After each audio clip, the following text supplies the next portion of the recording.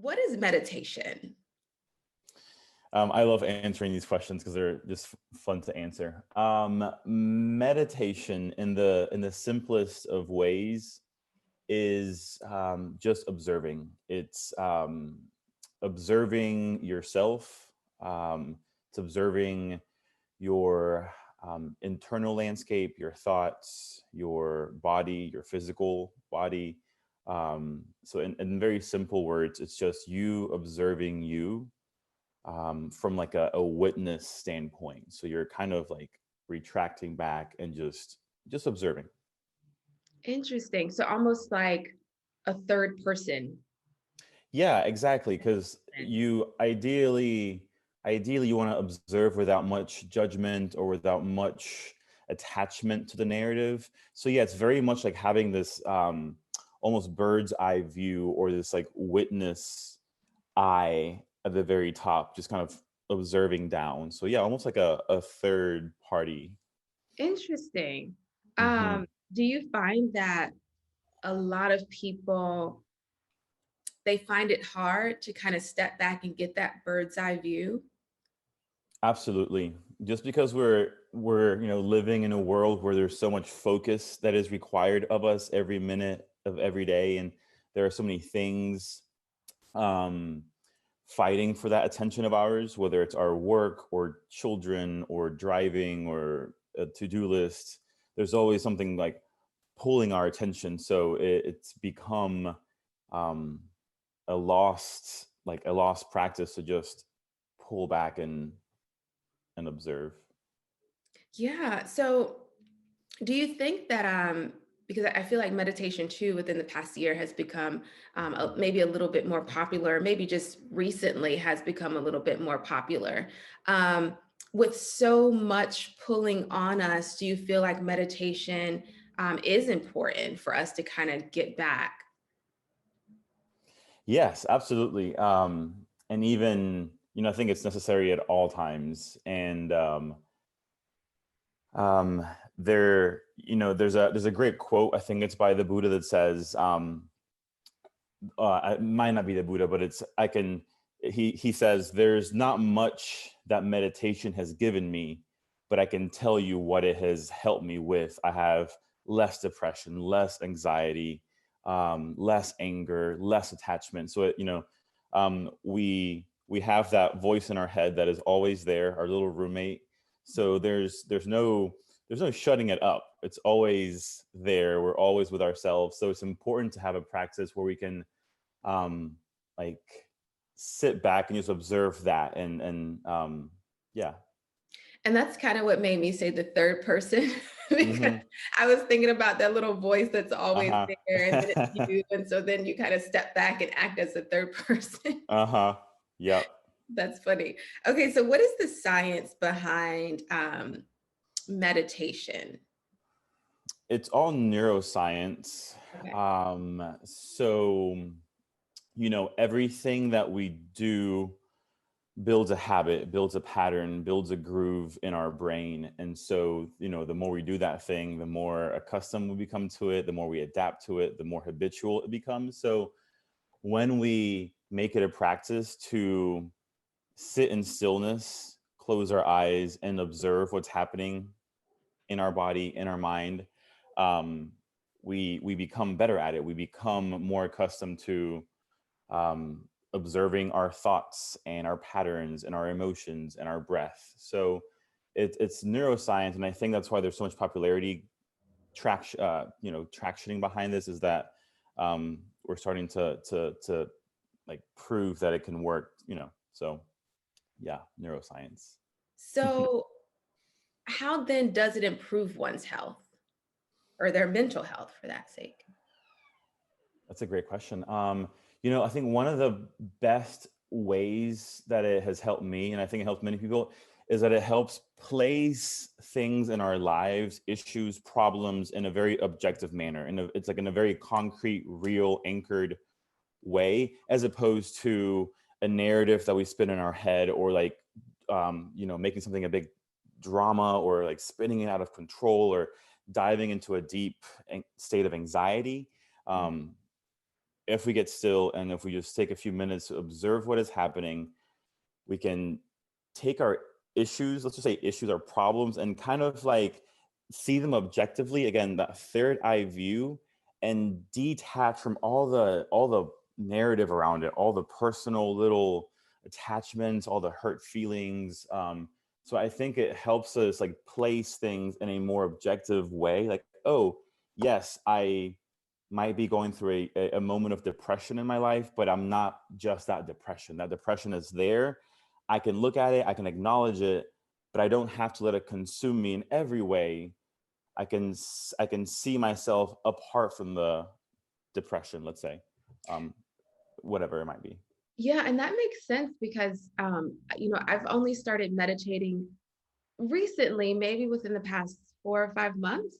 And Hmm. one thing I think it helped me to realize was that, like, you know, I'll just use stress for an example. Like, I am not stressed. It's what I'm experiencing at this point. you know, Right. it really did kind of help me to step back and see that I am not what is happening. You are not your problems, right? Yeah, yeah. It Mhm. really did help because I feel like before I started meditating, it was just really hard to see it from that perspective. Yes. It can be difficult, yes, to like sit with your, especially if you haven't done it in a while. I mean, we're living in a world where most people haven't. I can speak for the grand majority of the people in my life that haven't. My family hasn't. I don't think they have sat with themselves and just observed. It can be a scary thing to like come face to face with like your emotions, your trauma, whatever you're feeling. And before you get to the objective place, you might find a bunch of other things, a lot of crying, a lot of like fidgeting, body aches, sweating, whatever it might be. So it can be, yes, and start slow. Okay. And you feel like that's what makes it difficult, is that really just sitting with yourself? I think that's half of it. I think the other half is just getting ourselves to try something new that is so simple. It's also so simple that some people are used to like, hey, if it doesn't stimulate me in a certain way, if I don't see lights or a scroll thing, if it doesn't light up my brain in a certain way, I don't want anything to do with it. So I think half the battle is that, getting ourselves to sit still. That's half the battle. The other half, I think, is once we actually start paying attention to what's happening, it can be a little uncomfortable, scary, like, coming face to face with what's actually happening, that reality can be scary. So, So how do you get someone who has never meditated before, how do you kind of get them started, or what do you usually say to them? I think an easy way to trick them into it is to maybe not use the word meditation and just like be like, hey, we'll sit for 5 minutes together. We'll just sit, we'll close our eyes and we'll just breathe. We'll pay attention to our breath and see the physiological changes and the psychological changes that might happen over 5 minutes by just paying attention to one thing, our breath, observing the breath. So I might start there. Or I might start with like a walking meditation, because you can meditate really doing anything, right? If meditation is just paying attention and observing, you can be cutting a potato or something and observe yourself very mindfully what you're doing. That can be a form of meditation. So sorry, I'm going on a tangent here, Yeah. but there's many ways to meditate and many forms of meditation. And I don't think that any of them take the place for just sitting down in stillness and observing yourself in stillness without a distraction. So That's interesting. For whatever reason, I only thought meditation was if you're sitting down mhm. quiet. Like Well, that. typically yes, but there's also like walking meditations where you do it with a very intent purpose of observing every step. There's laughing meditations where you in a group try to like incite laughter in the group, and it can be really fun.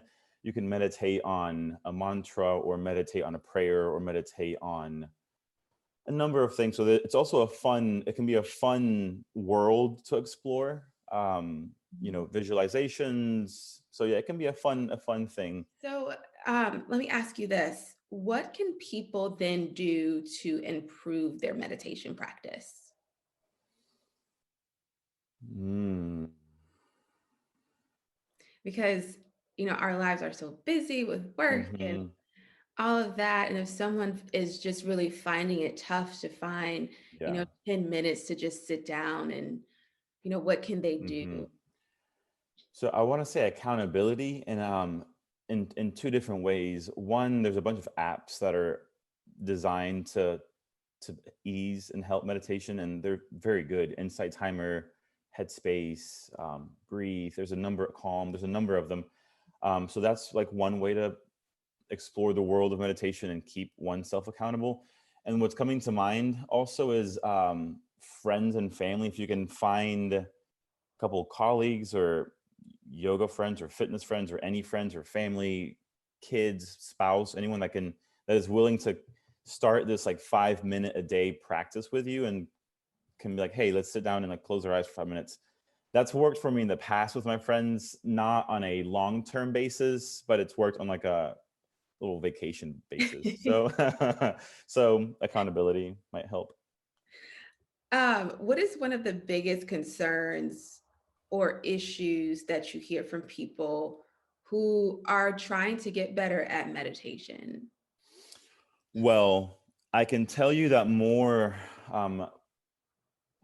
so than hearing about the problem is I can see the problem because I teach meditation once a week after one of my classes. And I see people and in meditation. And one of the biggest things that come up is people are just so quick to fidget and are so uncomfortable in their physical bodies being still.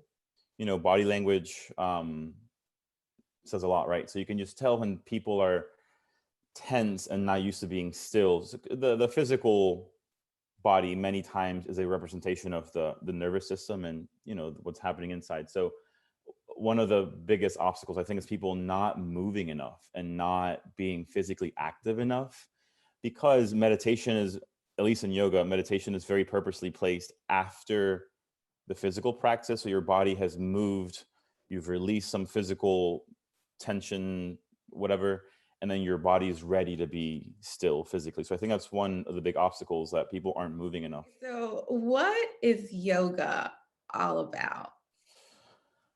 It's kind of like the sister science of meditation. The two exist in the same category, I guess. Yoga is a ancient practice based um, in India, from India, based in Hinduism. Um, and the best, most simple way I can explain it, it's self-study. It is the study of the self. Um, it is, I want to say, ultimate mind-body connection. And there's also a sense of spirituality or divinity that can come with it. Um, to simplify even further, I would just say it's mind-body union. So, it's kind of like that physical activity, I'll use loosely, Mhm. to connect the mind, body, and the spirit, if you will. Yeah, in one way, in one limb, the physical postures are only one of 8 limbs of the practice. So there's other I want to say more important parts of yoga that go far beyond just the physical practice of putting your body in shapes. But we use the physical body as an access to spirituality, because we feel connected to ourselves and to the world when we move our bodies, and you know so. Interesting. So you mentioned, and I know I asked you this with meditation, but is there a science behind yoga? Like, has it been proven that because sometimes we hear that, it helps with, say, joints, or it Mhm. does improve your mental health. Is there a science behind it? Yeah, absolutely. So again, neuroscience when it comes to the mind body aspect of it, and physical movement and exercise has been, I think, proven. Yeah, I want to say it's been proven to aid in our physical health and keeping ourselves mobile and healthy and moving into our later years, which I think we all want. We want longevity and to move well. Um, so yeah, I want to say yeah. I feel like people find, or maybe people think, and I won't generalize, but Mhm. at least people that I talk to often say that yoga's not for them. Some of the Uh-huh. poses are just Uh-huh. too difficult, or I can't lift my leg like that. Yeah, yeah, What do yeah. you think about that? There is this awful misconception, which I totally get because it's just how it's been painted in the past number of years in the West. But there's this awful um, misconception that yoga is about being flexible. And I hate it because obviously it's in front of our faces. If you're scrolling on your phone and if you're on Instagram or whatever, like you see these pictures, or even on the cover of, where humans are so quick to use our eyes. We love beauty, we love shapes, we love like using our eyes. So it's no wonder that that has been the thing that's been extracted out of yoga. um but there's this misconception that it's about being flexible, and it's really not. And I think that puts off many people. um so my advice is for people to just come. You will gain some mobility, you'll be a little more flexible, but honestly, like, I'm not that much more flexible than I was 6 years ago. I do move better. um but it's really not about that. And whatever, again, the physical postures are just one thing. They're one tool to observe yourself. So it's self-study. You place yourselves in these postures, they're challenging, and you observe how you react, where your mind goes, how you talk to yourself. You it's a tool to observe yourself. So a good teacher should always have modifications for their students. No matter what your body looks like, what your ability or disability you might have, there are physical postures that will work for your body. Maybe not every posture every day, every time, but there's so much more than the physical parts. Unfortunately, we are still stuck on that physical part. I think we're moving deeper, but it's just, I'll ask you this. What do you feel like, because we talked about some of the misconceptions, what do you feel like then makes yoga difficult for people? Do you feel like it kind of goes a little bit back to the meditation space where people can't really sit and focus? there's a lot of things, like socioeconomic things, because we have priced out many communities in Charlotte. Many studios have. Where I work, Khali Yoga and Noda, we, um, we're trying to work against that. But so that's one thing. Another thing is people expect quick results, and many people are looking for that fast fix. 7-day cleanse, 21-day ab shred thing, whatever it is. People want quick things, and it takes time to build a practice. And it's called a yoga practice because it is a lifelong practice. There's no end, there's no winning. So it takes time and repetition to get better at something. And I think we as a society aren't good at that right now. We've, we're our attention span is very short. So I think people are quick to quit. Um, and there's many reasons to that. They haven't found a good teacher, or just they don't feel comfortable in the space. Many yoga spaces, like, people might walk in and all they see is one type of body, or one type of skin color, or one type of age group, gender, whatever. And so they don't feel represented, or don't feel like a sense of community there. So I think that's probably the main thing. And then second is just sticking with it. Yeah. One of the biggest concerns or issues that you hear from people who are really trying to strengthen their yoga Uh-huh. practice. Yeah. Yeah, I'm gonna speak to the people who have a practice and like it and are committed to it and are looking for that next, like, okay, how do I get better and stronger? Yeah. Um, I think for that particular, like, demographic of committed folks, I kind of in like an intermediate stage. They want more detail, typically, is what I hear. I just saw an intermediate workshop actually like 2 weeks ago, and what a lot of them said, they wanted more detail. So they just want to know how their body works in more detail, which is a beautiful thing. Um, and so, for that, I say go explore other types of movements. Go dance, go lift weights, go um, jogging, go ride a bike, whatever it is, like try different modalities of movement and notice how your body moves similarly and also differently. Yeah, absolutely. So I teach and I do body work at Khali Yoga Center. It's Khali, kind of like border collie or cauliflower, but it's Khali Yoga Center. It's in Noda on the corner of 36 in the plaza. All our drop-ins are always $10. Our schedule's online. You can sign up online, and there's a number of other stuff there. So meditations that are free. So yeah, check us out. The virtual, I know we're in the virtual world.